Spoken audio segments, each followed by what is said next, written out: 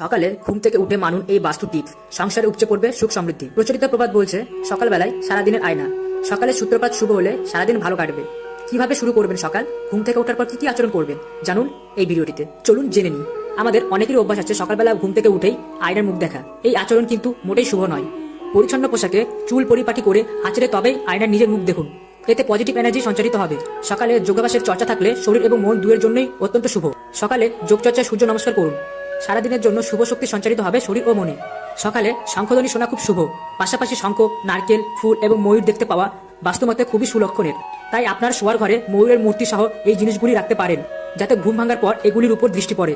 দিনের প্রথম আলো যদি আপনার শোয়ার ঘরে একটি স্ফটিকের মধ্যে দিয়ে প্রতিফলিত হয়ে প্রবেশ করে, তা অত্যন্ত শুভ বলে মনে করা হয় বাস্তুশাস্ত্রে। সকালে ঘুম থেকে উঠে ঘরের দরজা জানালা খুলে দিন। সকালে নতুন আলো আপনার পরিবারের জন্য সদর্থক শক্তি নিয়ে আসে। পূর্ব দিকের আলো খুবই শুভ, তাই পূর্ব দিকে দরজা জানালা খুলে দিন সকালে। তবে বাস্তবমতে পশ্চিমের আলো কিন্তু তত শুভ নয়। পরিবারের সদস্যরা প্রাতরাশ একসঙ্গে করার চেষ্টা করুন, এতে পরিবারের বন্ধন দৃঢ় হয়।